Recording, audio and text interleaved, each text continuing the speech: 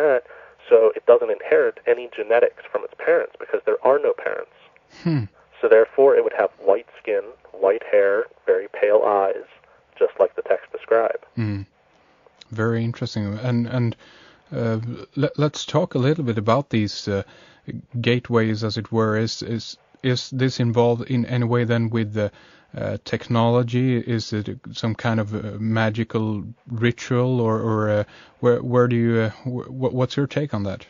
I'm not quite sure. If you go back and read the text, it becomes very difficult to separate the religious aspects of it from any sort of technological aspect. I do believe that it was some sort of technology, but the only records that we have are given to us by our ancient ancestors, and they might not have necessarily been the ones to really understand how this worked. So to them, it appeared as magic, and that's how they might have described it. But who knows how it actually functioned? But as I said, numerous times all throughout these texts, there are references to these ancient pyramids that were built, and I don't believe that the pyramids themselves actually functioned as the gateways, but they were meant to convey other information such as calendar systems or just for ritual purposes. But at the top is where this device or gateway, however it was or however it functioned, and that's where it was kept. And so that is where it would assemble and form the body for these angels to come from the heavenly dimension and be translated into our dimension. Do you know if there are any kind of traces of these, if they were standing on the top of, let's say, step pyramids or something like that? Do you know if there are any traces left of these devices, I guess, or machines or structures or whatever they might be? No, unfortunately, most of the ziggurats are all destroyed, or there's only some that parts of them remain, but the very tops of them have all been dismantled or just worn down over time. Now, even the Great Pyramid of Egypt, again, I think that the pyramid shape itself is meant to convey other symbolic information, but if we refer back to what its intended purpose was, it was supposed to be a resurrection machine for the pharaoh.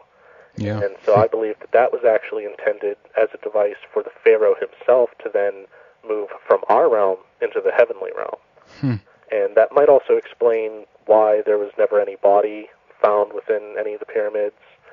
I mean, you have the typical answer is that through grave robbery and things like that the bodies were removed, which is quite possible. But it's not the only answer, especially given the context of what we are told about why these pyramids were built. And they say that they were meant to function as resurrection machines. Very interesting. Of course, we have the Pyramidion on top of the Great Pyramid that, actually is gone itself. Is there a connection there, I think? I'm not sure. The only connection I'm aware of is that, according to the legends, it was supposed to be either made of gold or plated in gold. And gold is another aspect. It plays an important part in all the research. It was supposed to be this very special element to the gods and involved in this resurrection process. So I don't know what role specifically the Pyramidion had, but I do know that again and again it keeps coming up, and all we have are the ancient texts where it describes about how the phoenix, that's the Greek term, but in the Egyptian it was known as the Bennu bird, perch upon this Pyramidion, which was known as the Ben. Okay, and so you have this, again, the symbolism of the phoenix, which dies in this fire, which the fire is another important aspect of the gateways, but then is reborn through the same fire. So, like I said, I can't tell you any more than what the texts say, and it's rather mysterious, but there is a definite connection there, but specifically what it is, I cannot tell you. Yeah, as you say, also, of course, the fascination with gold seems to be, I know that Sitchin talks about this also, and I think in the context of these beings who actually live on a planet that has been destroyed and actually are trying to, I think, repair their own atmosphere with gold. And another aspect of the gold issue, of course, is there is a lot of research around these days around something known as white powdered gold. Have you ever heard about that? Yes, actually, I cover that in the book. Mm-hmm. Now, again, as far as 17JUN, I don't agree with the whole mining of the gold to repair their atmosphere. But moving along with the white powder gold, that is something that I cover in the book, although I stress to people that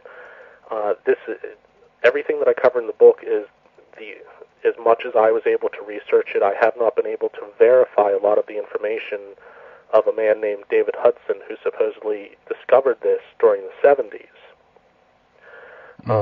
And so he discovered this material, and it's supposed to have all these amazing properties. So I'm not sure. I really hope that somebody with a better scientific background can pick up my book, read all the other context information surrounding these ancient myths, and then maybe they'll have the technology or know-how to go about verifying this information that David Hudson claims about this monatomic white powder gold. Because I do think that it holds the very key to solving part of this mystery if it's true.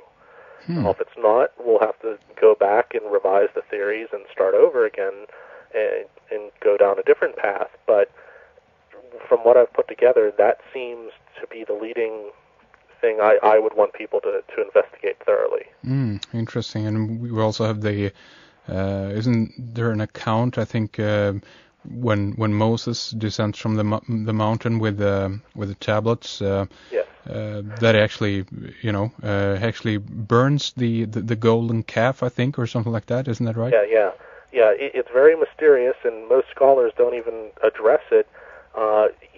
Everyone knows the story about them worshiping the golden calf, but a lot of people don't realize, unless they go back and reread the text, that it says that Moses took this gold and he burned it, and he actually made it into a powder, which then he threw into the water and made the Israelites drink it.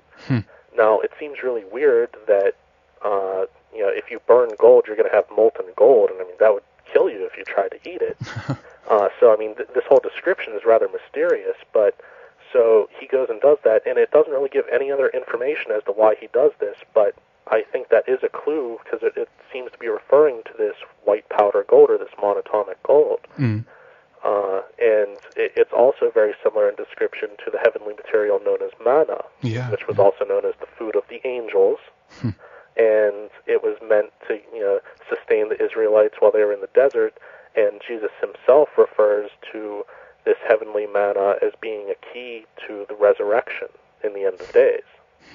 Very interesting.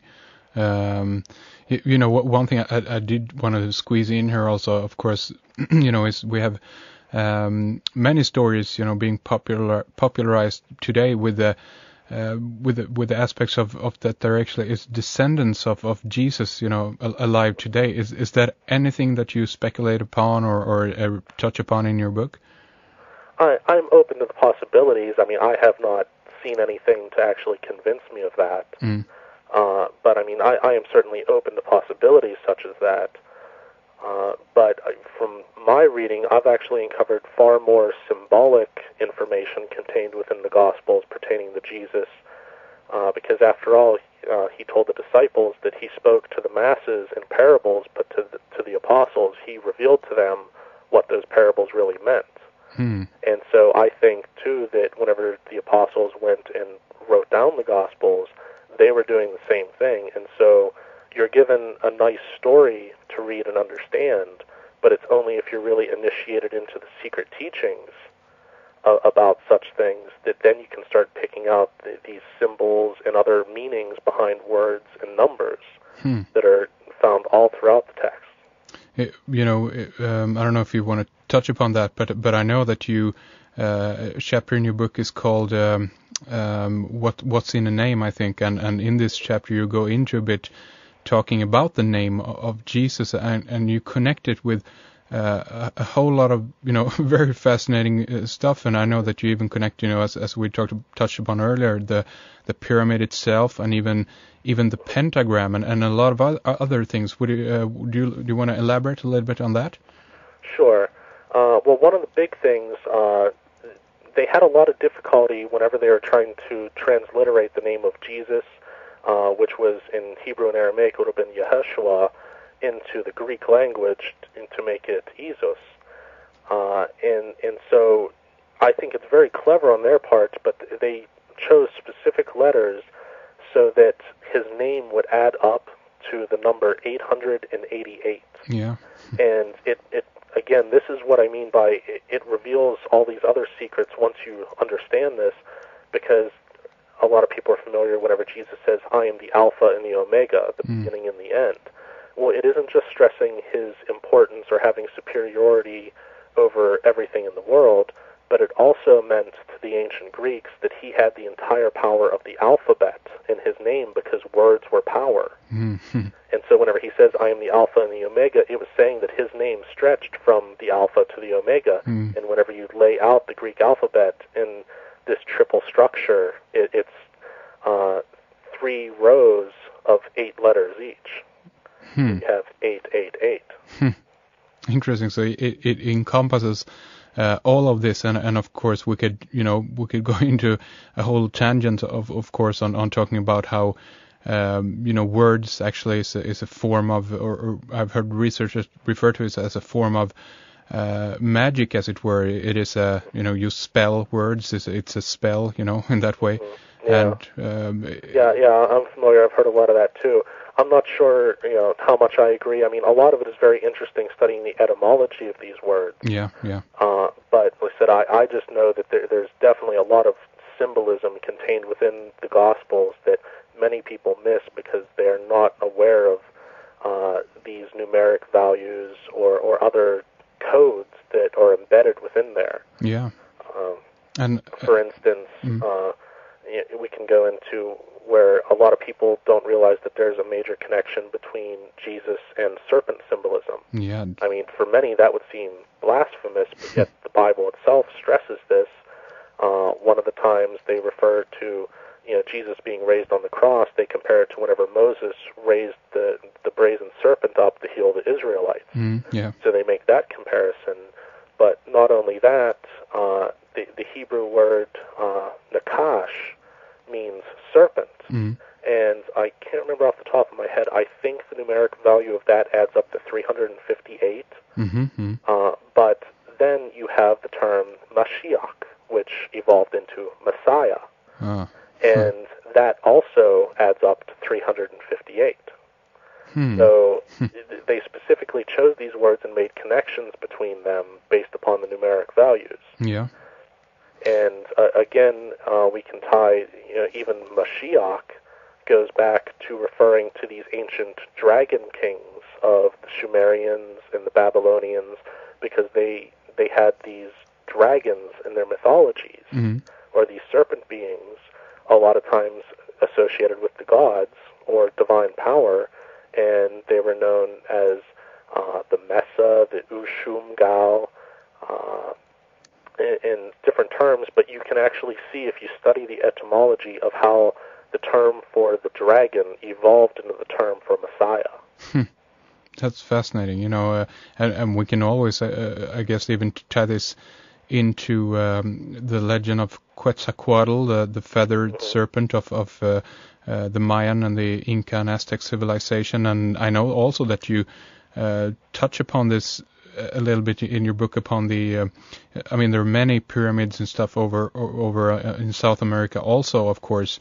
Would you attribute these beings as being actually behind all of these, huge structures that is around still to this day, and we can't, if we were to try, we couldn't even, begin to build something like the Great Pyramid, for instance? Would you say that these beings are behind it all? I would say that they at least had a hand in it. I'm not ruling out human creators.